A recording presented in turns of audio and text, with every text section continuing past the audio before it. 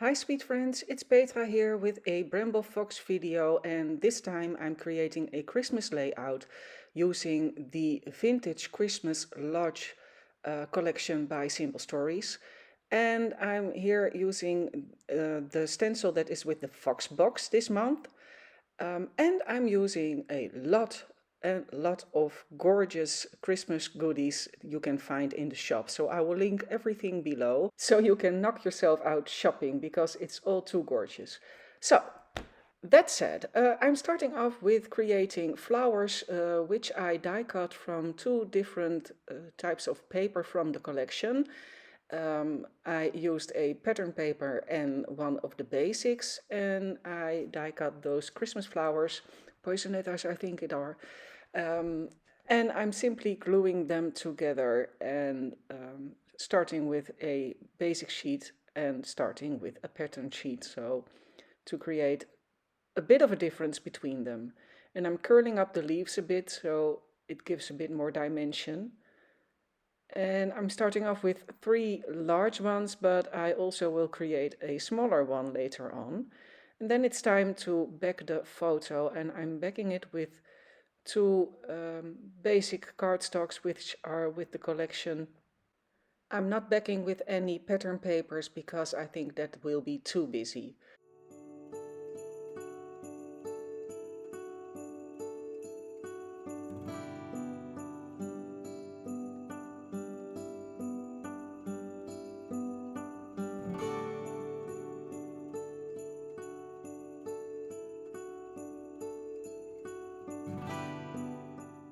So time to arrange things a bit to decide where I'm going to put everything. And there is that gorgeous Deck the Halls title, a beautiful dark green. And then I decide I also need a smaller flower. So I simply don't use the biggest one and glue the smaller ones together. And at this point I think I'm going to use those little gifts, but I'm not going to use them in the end.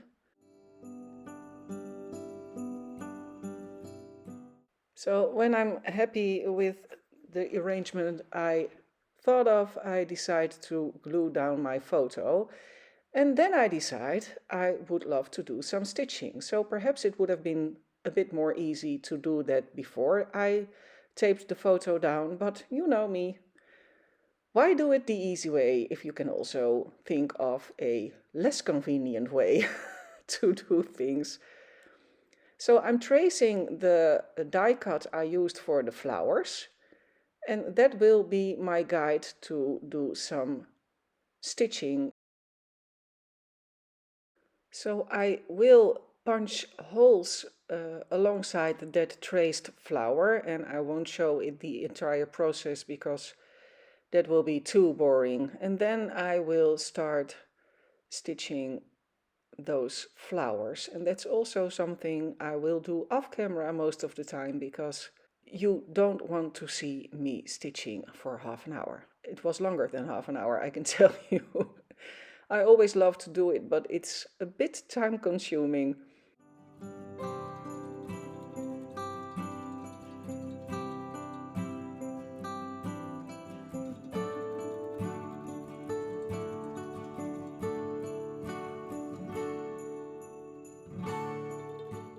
So time to clean things up a bit because I am a messy scrapper, sorry.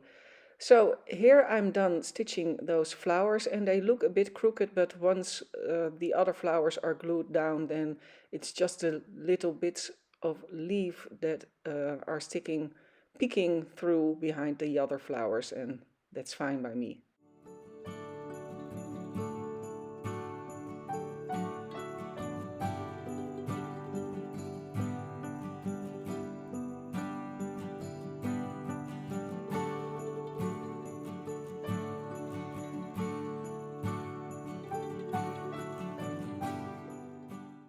So time to glue that title down, and I'm using some glossy accents. And then it's time to tuck all those little embellishments underneath those flowers.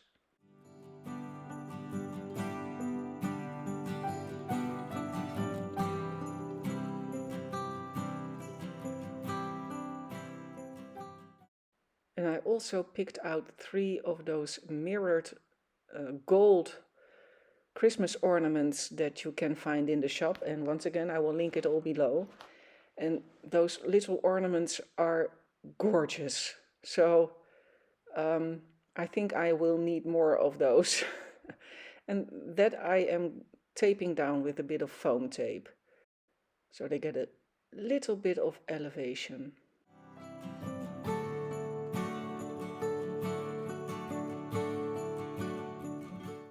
So there are also these new wood pieces, and I love them. Some words and those cute deer, so I had to use that too. I thought it matched the vintage look of that paper well, so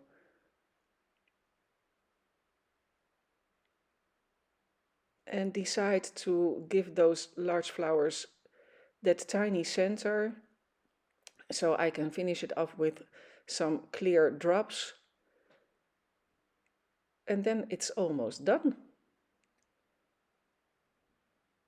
Time to do some splattering, and I'm using an oxide spray. It's bundled sage, a pale green, which I always love to use for splatters.